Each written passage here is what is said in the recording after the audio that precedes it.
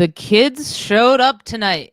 Macklin Celebrini and Will Smith took over the game. Unfortunately, it wasn't enough. The Sharks lose in overtime. I was about to say 3-2. 8-7 to the Minnesota Wild. Come on, Jules, get your shit together.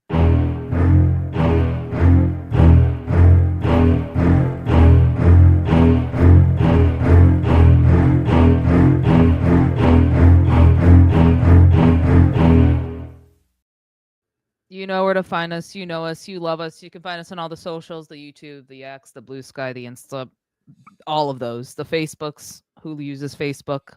I'm joined with Puckguy and Ian. What's up, guys? I don't even know what to say. Right? What did we just watch is my first question of the night. That was probably one of the most chaotic, more satisfying overtime losses I've ever enjoyed in Sharks history. I'm not even mad. No, neither am I. I mean, like this is the ideal situation, right? Like, Perfect. have an entertaining game. I mean, you probably don't want the point at this point. If we're being 100%, if we're keeping it 100, probably don't want the point at this point. But you know what? I'll take it. It's fine. Oh, fuck the point. I mean, okay, so I'm going to start by this. Will Smith, 4-point game, 1 goal, 3 assists. Macklin Celebrini, 5-point game, 3 goals, 2 assists. Will Smith assisted on all of Macklin's 3 goals. I mean, I think someone said this in the chat, but like the kids kind of just took over the game. It felt like. I think, and I don't know if this is out of pocket or whatever, but in my opinion, Will Smith has been the best Sharks player of the second half, including Macklin Celebrini. I think that Will Smith's been the star of the second half of the season this year. And I know I've said this before, probably on the Pucknologist, but I'm going to say it again. Will Smith has been the best Shark in the second half. Sorry, Puck, I go. No, I mean, ever since they went to Boston, got some home cooking. Who knows? He got some chata or whatever. But I mean, he's been wicked awesome, since he went and played that game against the Bruins. Freaking phenomenal. I mean, it's kind of what we were hoping for at the beginning here. Oh no, will Will Smith take votes away from Macklin Celebrini? Who cares right now about the Calder Trophy? Hell of a night. I mean, this might actually get Celebrini back in the race. This probably gets Celebrini back in the conversation, because I think he had been quiet. We were talking, we talked about this on Sunday too, where it's like it's kind of been quiet, and I think that the thing is with the voters, right, is the voters super value playoffs, even though like playoffs have nothing to do with it. And the Montreal Canadiens are going to make the playoffs. And at the start of the year, no one thought they would have.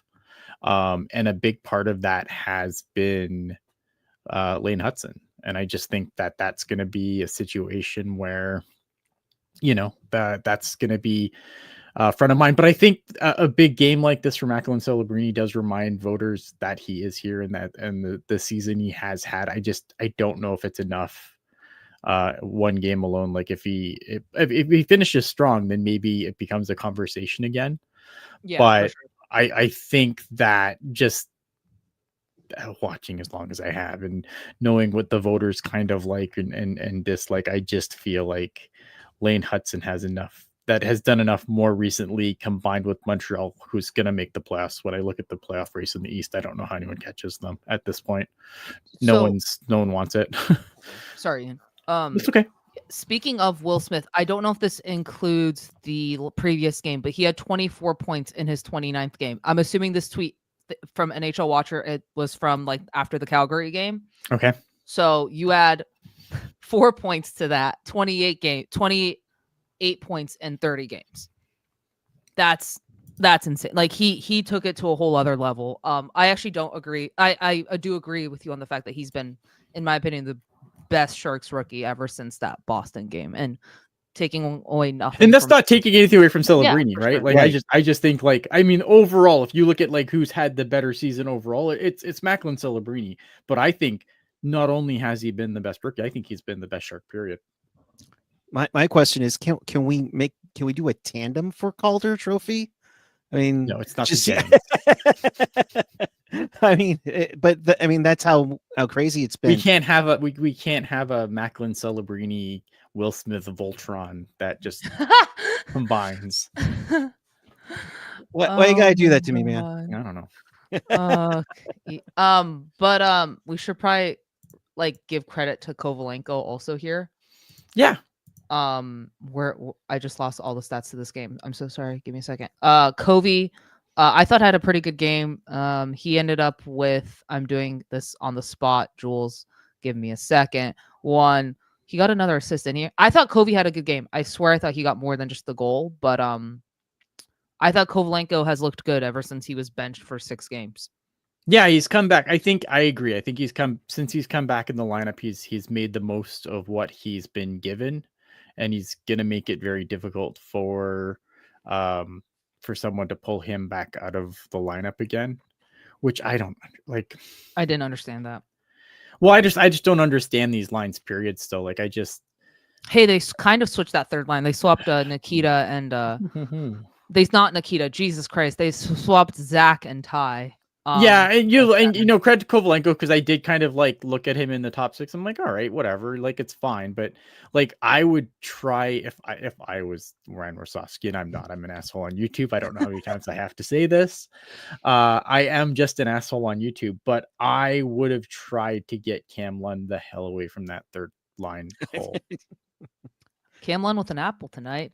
Yep. No, I mean, like, again, fine, right? But I just, if I would have tried to get him, I get where you're coming a little from. bit. So I don't know if we want to recap this. Real quick here, just kind of recapping the game because we could go off on a tangent here pretty quickly. I got video incoming, but yeah. Well, I'll be quick. Toff opens the scoring. From Eklund and Wenberg. Nice to see Eklund get on the board. He already has 39 apples. Isn't that insane?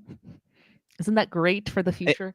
And he had a career high last year, right, Ian? I mean, it was like he already passed his career high. Yeah, but I mean, it just goes to show how this team is progressing. Yeah, I mean, you basically have 2 children leading you in scoring. But that's gonna they've happen. traded everyone else, so yeah. Well, yeah. Okay, Ian. You're right. You're not wrong, but let's be trying to maintain positivity here. Johansson then scores, and then Faber scores, and it's 2-1. Then the second. Okay, so this second period, I don't know what the fuck happened. Like after the first period, I don't know what they did in the dressing room, but some players took something, and this game just exploded. Celebrini gets his first of the night, and then Joel Eriksson Ek goes on a effing rampage. Oh, what video do we have here? This is the first goal for Celebrini here. Yeah, I mean, it was just he's staying in the slot. No one was picking him up right away, and then Faber's like this. I like this little hook that he did around Faber there because it's just shifty, right? Like and this is why I like Macklin Celebrini so much, because he's such a smart player, and it's not a big thing, right? But the way he just kind of hooks around him and gets his stick to the inside without Faber really realizing what's going on until it's too late. Like you can't. These are things that sometimes you just can't teach. But the one interesting thing is that he hooked around and went on Fleury's right leg side. Reminds me of a certain goal. Yeah. It's somebody's day. Game 7. I mean, that didn't take long. Yeah, he gets, and then Joel Eriksson Ek goes on a fucking rampage, scoring his 10th. Loved the reply by the Sharks, like less than a minute later with Carl Grunstrom with Cam Lund getting the assist. Then Macklin Celebrini is like, hold your fucking horses, people. I'm going to score. Drugs. Like the game's on drugs. Yes.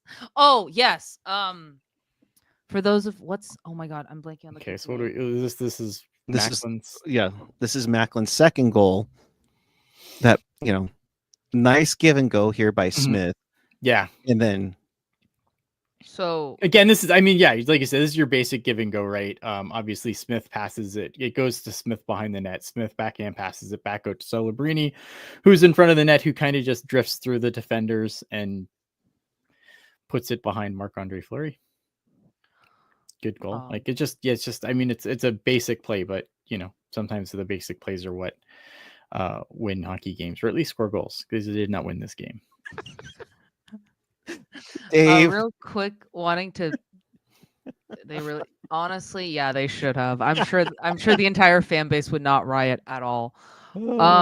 Real quick, also wanted to give a shout out to Luke Schumann yelling, "That's my friend," I believe, after one of Celebrini's goal. For those That's of you awesome. who didn't see that Make-A-Wish video, you should watch it. It's amazing. And I'm sorry if I mispronounced his last name, but you can see him yelling, "That's my friend," to when Macklin Celebrini scored, I think his second or first, I don't remember, but one of those. And then the game is on drugs, right? So Grunstrom scores, Celebrini scores, Kaprizov is like, "I'm back, bitches." Joel Eriksson Ek is like, "I'm back, bitches." All on the power play. So the Wild scored 3 power play goals within the span of basically like 4-ish minutes of the game.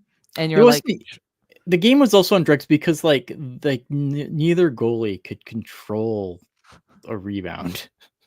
Right? Like how many goals went in after like the goalie didn't like secured, they just like the puck either goes through them and then it's like on the ground around them or behind them or whatever, like just like a series of goals where goalie kind of makes a save but doesn't control the rebound and doesn't know where the puck is, and just stupid, right?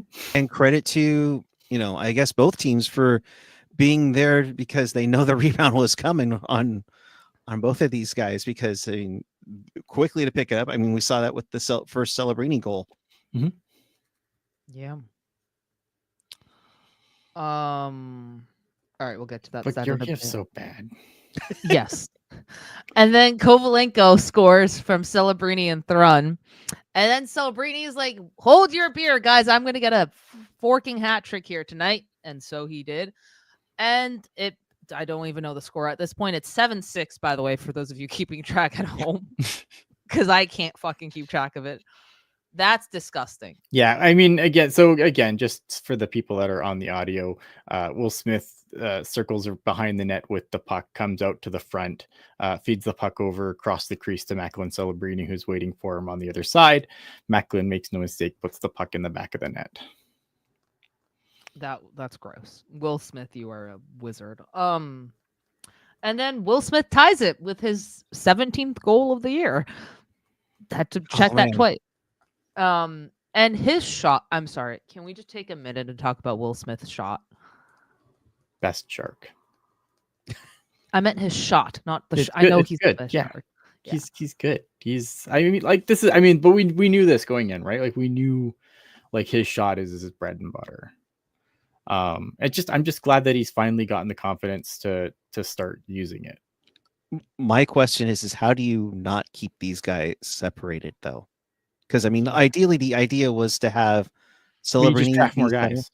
Yeah. So does that change? You can't. Yeah. You just you draft more guys and then pray our defense will figure itself out. And pray the defense will figure itself out. No, but I mean, look at I don't know. I mean, again, like. I don't want to be the bearer of bad news, but not everyone they draft is going to make it. But you hope that guys do, sure. Right? And you hope that a guy like Quentin Musty can make an impact, and you hope that other guys that they've drafted can kind of backfill behind Smith and Celebrini, and then you've got Eklund who could play, either, and he's going to play somewhere in your top 6. So I mean, like and you can sign free agents. Like that's another thing you can do, right? Like there's not one, you don't do this through one specific way and one way only. Like you have to make trades. You have to go and make, you have to go big fish hunting in free agency at some point. So I think that, there's other ways to acquire guys so that, if you can separate these guys, that would be great. But if you don't have to, that would be even better. Yeah. Yeah. Will Smith ties the game. For those of you keeping track at home, it's 7-7 now. Yep, you heard that correctly. Because that's really what you expected in this game. Yeah, definitely. I think Randy mentioned it earlier tonight. The 2 least scoring teams since like January 9th. Yeah. Sounds about right. And then what happened? And then overtime, unfortunately, doesn't last long. Kaprizov I think 2 goals this game or some shit like Welcome that. back. So from Zuccarello and Spurgeon. Thanks, Spurgeon. Helps my fantasy team. And that's your final 8-7. We did not go through all the goals individually because I don't remember half the goals. We'd be here all night. But Right. Matt Boldy, you're good at hockey. I will say that.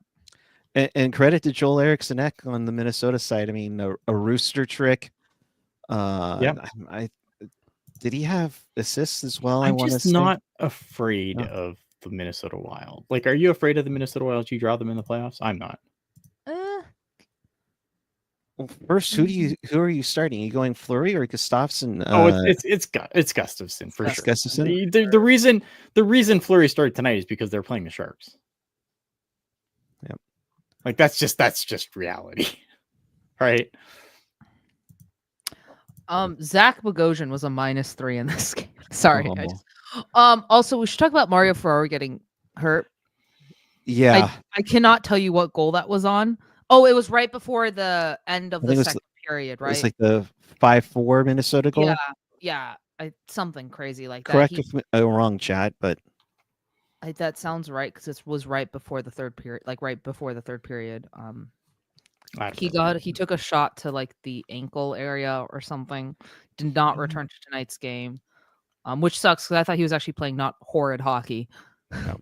But Jerry F with the $5 super chat. I am celebrating the first Celebrini hat trick and looking forward to better defense and goaltending next year. Thanks for the great coverage, Jerry. We love you, bud. Thank you very much for supporting us all season long and throughout the years. Yeah. I want to hit a question here. Hank Vesuvius saying, "What free agents do I want?" I don't think he becomes available. This team needs some snarl. This team has no fucking snarl. So if I'm trying to do some free agent hunting, and I think there's a chance that he gets incredibly overpaid, regardless of where he signs, I go look at a guy like Sam Bennett. Because this team needs some fucking snarl. It has none. Agreed. And how old is he? Because that still fits in the range of this team. You know, unless you go. That's the kind of thing like I would do, right? Like I think that's what I would do because I think this team needs some snarl, but it needs snarl that can also put pucks in the net. It doesn't need snarl from a guy who's going to sit on your fourth line, play 7 minutes a night. It needs some snarl like when you're playing against when you who can actually play and keep up with a guy like Will Smith or Macklin Celebrini. And that'd be a nice second line center and that way we can actually keep Smith and Selly together. Real quick though, we got some quotes here. Warsofsky, we just got a good look at our future there. He's not wrong. We could have easily mailed it in at 7-4. We didn't, and we just got a really good look at the future. We have to protect the middle with urgency. We're there, but not really there. Warsofsky, I like to see Mac and Will are learning the game within the game. We didn't like the back and forth. You can't win in this league without defense. We have a lot of work to do on defense. Yes. Yeah, I regret to inform you that this blue line is signed through next year. So I agree. Like, you know, and Dave saying like, yeah, we can probably get some defense where we get some snarl. I think that's going to sort itself out. Like, I do think this team needs to take a step forward. Yes. And you probably have to. I mean, no probably about it. You have to address this blue line in the summer. But again, right? There's lots of ways to do that. But you have to address the blue line. 100%, you do. I don't know. I mean, I guess I could look at the free agents for defense. Let's see what we got. Real quick, and then we'll get back to that in a second. Credit to the guys. We could have easily folded. Kovalenko really stepped up. We know he has skills. And can make plays. He's a compliment to that line, and then you can tell Mac and Will are getting more and more comfortable playing inside the ice rather than on the outside. Will slash through to get the puck for the third goal. So those are some quotes. You can also find them on the Teal Town Twitter account or X account. There's just not a whole lot here for defense, though. I find Pionk is a guy I'm interested in. There's not a whole lot here. Yeah. I don't know. I think it might come through trades more than anything. Yeah. Because again, the Sharks have, and I've said this on the last show, like the Sharks have a ton of assets here. So yeah. Yeah, like they have to do something, but they do have to address it. Like I 100% agree they have to address it. I just wonder if it's something where it's going to get addressed through trade rather than free agents. I mean, maybe. Like again, like stranger things have happened, and maybe they do go and try to land a big free agent guy and then try and trade people away. They've done it. Yeah, I don't know. Aaron Ekblad's a guy that obviously I like, but I don't know. Thanks for the quotes, AJ. I'm assuming. It's never ideal to give up the chances and goals we did, but you have to appreciate that. Yeah, I mean, to give this team credit, like Warsaw said, they could have easily folded at 7-4, right? So, we know what we did wrong. We got through stretches of not making mistakes, and then we have nights like tonight. 71-2 really performed tonight. There's a lot of pressure on them. They're already the cornerstones of the franchise, and this is what they need to do during at least my time here. That's the most uncle response I've ever heard in my life. But here's my thing. I started this beforehand. Another sleepover. All three of them scored tonight. Oh man, all three of them scored tonight, guys. Oh, I hope those beds in Edmonton are pretty good. Shit, sorry. Can someone please ask about the sleepover? I'm joking. Right. But I mean, it's obviously tough, but to come back was big, but still a tough loss. All right, yeah. Yeah, just Dude. Yeah, so obviously a lot of chat about having this point not come back to bite us. I'm not too concerned about it. So here's the Blackhawks, because obviously this is the concern, right? The Blackhawks remaining schedule. It's not terrible, but I feel like it's better than what, you know. So you play Boston next. Now Boston hasn't been great. I believe they are in Boston. Then they play the Winnipeg Jets at home. And then they play on Monday against the Montreal Canadiens, who may or may not have clinched by that point. And then they finish up against a team in Ottawa that's been pretty rolling. So I don't know, man. I don't think this point is going to super come back to haunt the Sharks. Let's take a look at San Jose's remaining schedule. Well, while you do that, we'll pull up the Tankathon really quick just to show the standings and where it's at. Sharks did pick up a point, so they are at 51 points on the campaign with 4 games to go. So you look at that, you top out at 59 points for the Sharks. So 6 points is essentially the magic number for them to clinch the best odds for the draft.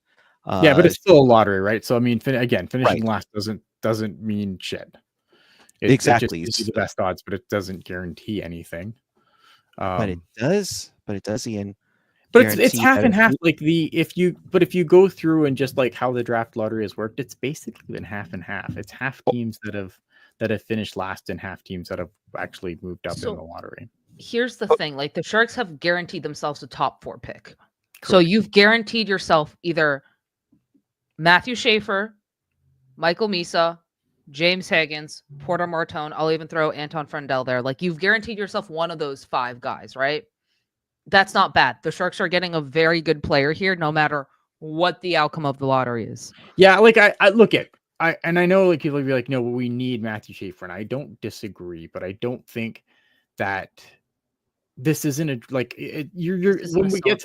when we get to this draft, like I know people are going to start pumping up these picks a lot because that's what we do every fucking draft year. I mean, there was a time when people were saying Alexis Lafreniere was borderline generational, and how did that turn out? Like that's what kind of draft this is, in my opinion, right? Like this is a draft where, like, yes, Matthew Schaefer positionally helps us, but I don't think he's so far and away better than the rest of the pack, especially Michael Misa. I think you could interchange those guys 1 and 2.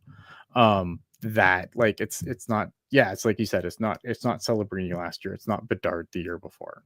It's not the end of the world if they don't win the lottery.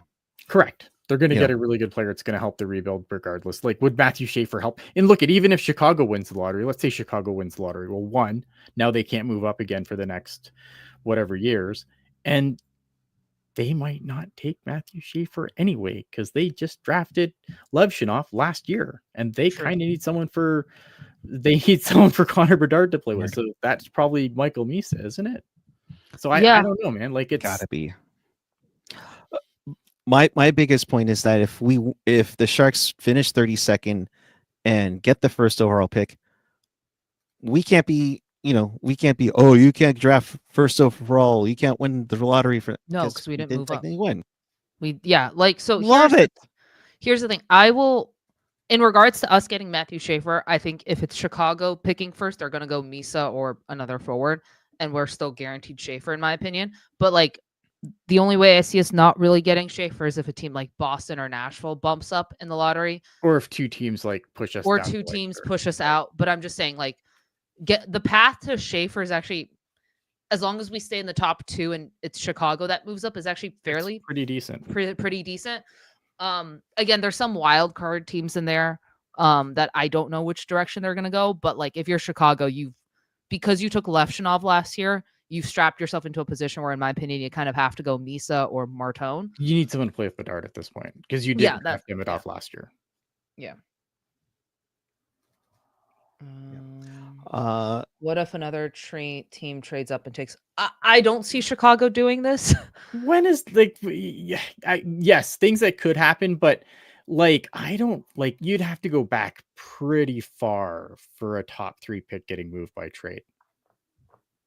Like, are we talking, like, we're going back to like the Sedins, right? So that there was a report during last year's draft that Chicago offered Columbus an unprotected first round pick for this year's draft. And and when Connor McDavid got drafted, the Islanders offered the Oilers the entire draft.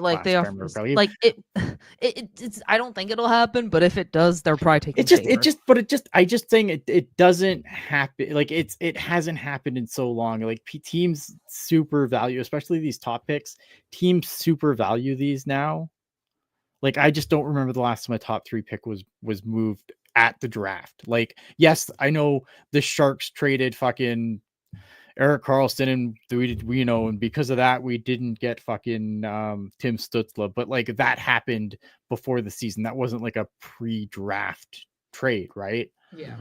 That was a trade that happened in the season, and the Sharks had no idea that the season was going to go as bad as it did when they made that trade. Right. So like, I don't know, like, how, like, it just doesn't happen in the modern era, in my opinion.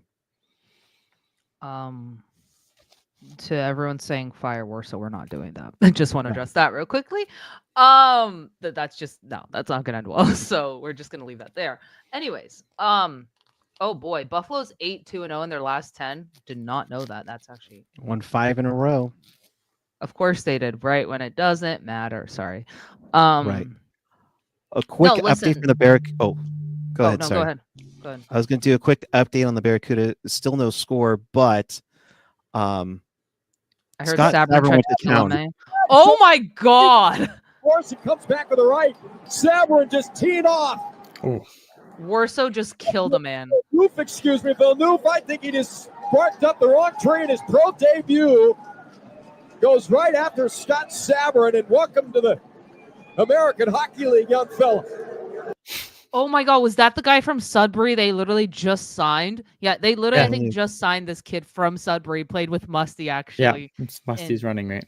Yeah, Sabrin just killed a man. Rest in peace. Anyways, sorry to distract. What happened, Ian? What? Someone hit Cagnoni. It's fine. Yeah, it's getting very testy out there. It's been very, this game's been nasty. No. He's not even there. He's not even there yet. According to Shang, he's coming in tomorrow. Okay. And Musty reportedly is making his debut this weekend. Yeah. And Chernishev will find out later. Whatever. Yeah. Also, rookies with more than 3 points in a game this season. None before tonight. And Selly and I believe Smith are the first rookies to have 3 points in a game.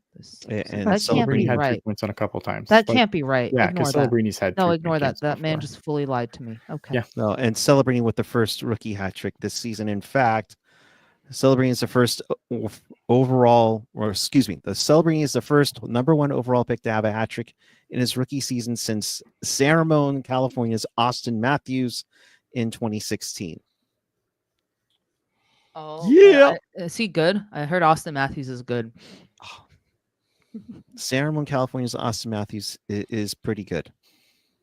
I wanted to address a tweet that I saw from our friend Brody Brazil. Because this made Puckguy and I laugh a bit, but he tweeted out, "I feel like Thornton and Marlowe just took over this game." That just made me laugh. It's over. So anyway, here's the last 4 games for the Sharks. Sharks have the Oilers twice, and then they play the Flames and Canucks. So I don't know who has the harder schedule in that. Well, if the Flames have something to, I don't think they will though, because I think let me refresh the standings here. Yeah, I'll try to pull it up. Molasses, where am I? I just don't have the green screen. I'm rocking the plain background tonight, just to confuse everyone. Hey, I might keep rocking plain backgrounds if we get Celebrini hat tricks. Yeah, I don't know. I mean, the Flames are kind of there, but they're quickly running out of runway, right? They do have 2 games in hand on the Wild and Blues, and they're at 87 points. But like the Wild and Blues have 93 points. That's a lot of points to make up with 5 games to play.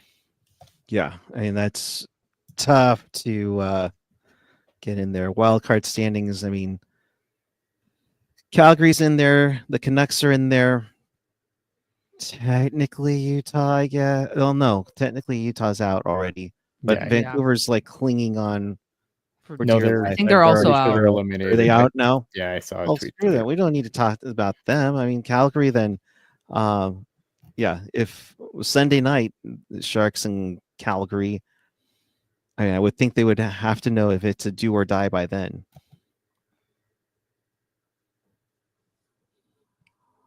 So it's been an intriguing finish, and I mean, St. Louis going on that heater has just been phenomenal. I can't even wrap my head around it.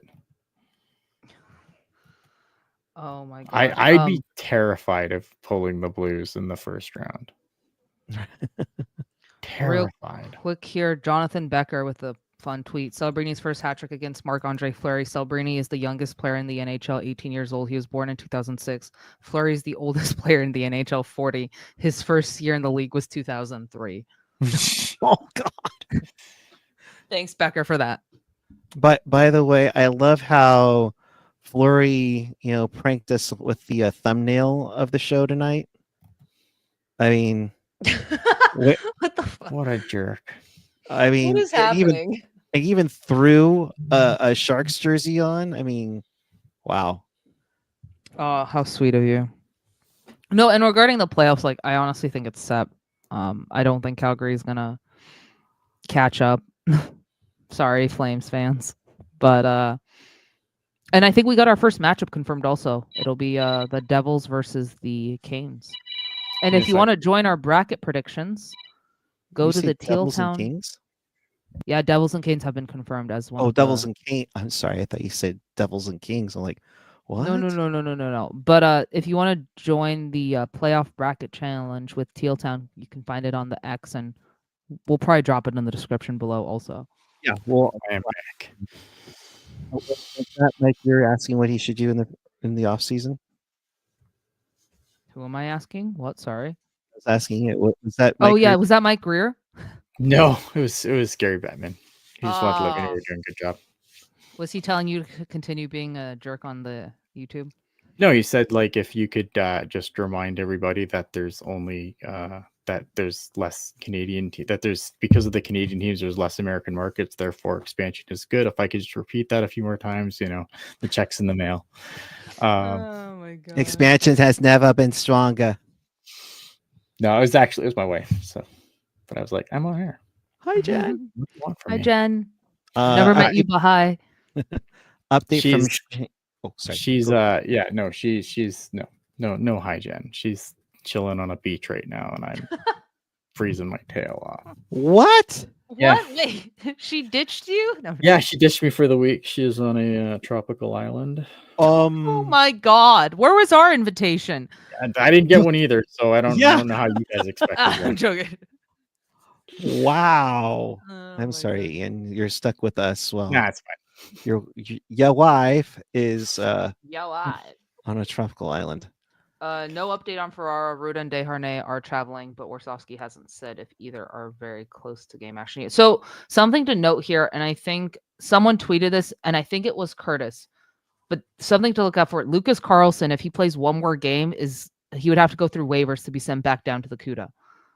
So that's something to look out for regarding that. If I don't think if Ferraro's hurt now, it creates more problems. And I feel like Carlson would get claimed on waivers. Maybe not. Yeah. Maybe I'm overthinking it, but just something to know. But yeah, that's an interesting perspective. That's a good call. Toffoli couldn't help but laugh when I asked if this was the kind of game you throw away the tape. I mean, we gave up 8 goals, so I'm pretty sure we're gonna have to look at the tape. It was fine. Whatever. -1 goal differential. It's not horrible. I mean, I saw that from one of the Sharks beat writers. I don't remember who, so I could be completely wrong. Was and can yell at me. So yeah, so I'm assuming that's right. Usually Curtis doesn't steer us wrong, so that's who tweeted that was Curtis Bishalka. So Ian. Yeah, so Dave, if he plays one more game, then he's going on. I think it's because he was an emergency call up, but if he stays too long, then that's probably how they got him up to begin with. I'm not sure. I'd have to go and mess around, but Bishalka doesn't usually lead us wrong on these things, so I'm gonna. Do the Sharks just roll 5? I feel like it's 4 games. Dude, it really depends if Ferraro's hurt, right? I think it depends, right? It's going to depend on Ferraro, and it's going to depend on how soon Desharnais or Ruda can come back into the lineup, right? They're not. I don't think they're just going to, because if you roll 5 and then someone gets injured, then you're down to 4, and that's pretty shitty to do to your guys, right? Yeah. So I don't know. It doesn't make any sense to me. Holy crap. Okay. One other thing I wanted to mention regarding thanks AJ, still 0-0. I believe the CUDA have a chance to clinch their first, according to Nick Nolenberger, the CUDA have a chance to clinch their first playoff berth since 2020-2021. Roll 4. Yeah, it's easier to say when you're not one of the 4 guys. Right? Exactly. Tonight with a win at Coachella and a Bakersfield loss in regulation at Hershey's, or that's Henderson. Henderson, my bad, not Hershey. Jesus Christ! It was why are they playing? Or Hershey? another regular, yeah. So the CUDA have a chance to clinch tonight. That's basically it. Just to clean it up, a win against Coachella Valley, a Bakersfield loss of any kind, or they get a point against Coachella Valley, and Bakersfield loses in regulation, and currently Bakersfield is up 1-0. No, it is. Or did it change? Because that's what Nolenberger tweeted. It's a 2-2 tie currently between the Condors and the Silver Knights with 5:39 remaining in the second period, according to AHL.com. Thank you very much, good sir. Yeah, that's what I do. I bring the facts. And like Kevin said, with the loss in all the scoring between the Sharks and the Wild, 8-7, Kevin Lacey saying, yeah, it's 0-0 between the CUDA. Good stuff, gang. Chat, what do you, I mean, I know you've been blowing up tonight, and thank you very much. Let's see, what are you talking about? Dan Moore, Ferraro going to be skating in a cast Friday. Bro, yeah. They're just going to wrap him in bubble wrap, be like, go. But knowing Ferraro, he might try to if that was the case. Hold up. The 3-hour show tonight? No, I got to go to bed. Here's the thing, that the problem with especially if it is around his foot or his ankle. The problem with that obviously is that once he gets his skate off, it's going to blow up like a balloon. It might take a couple of days to figure out what the extent of the damage is. So if they don't tell us anything tomorrow, I wouldn't be too pissy about it, because I know we do lament the Teal curtain a lot here, but I just think that it might be one of the situations where it might take a couple of days to see what his ankle actually does. So my question for this then, because Carlson is at his limit when you have to go down to waivers, can you bring up someone for emergency call up, or there's like a limit of sorts, right?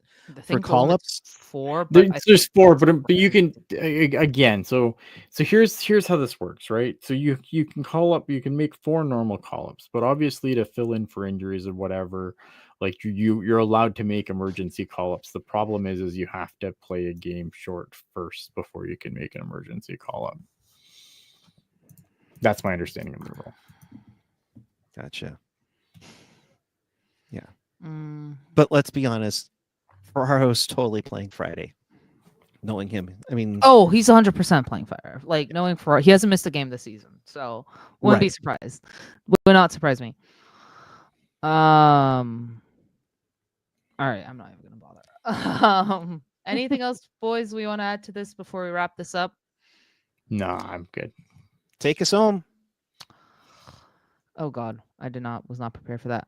In case you missed this and want to watch this again, you can find us on all the socials, the YouTube, the podcast appers, you know what I mean, the tune in, the whatever, you know what I mean. You can find us there. Final thoughts, boys? When the Sharks do bad, it's good. And when the Sharks do good, it's good. Hey, like we said, it's a perfect tank game. You got a glimpse of the future. Almost perfect, yeah, because we got a point. But you got a glimpse of the future. You appreciate them coming back from 7-4 down, and sticking with it. Probably need to clean up the defense a little bit. Definitely clean up the penalties. And for goodness sakes, can we get a call our way, refs? It'd be nice. Never. My final thought: the kids are good. That's about it. The kids are very good. And with that, we will see you next time.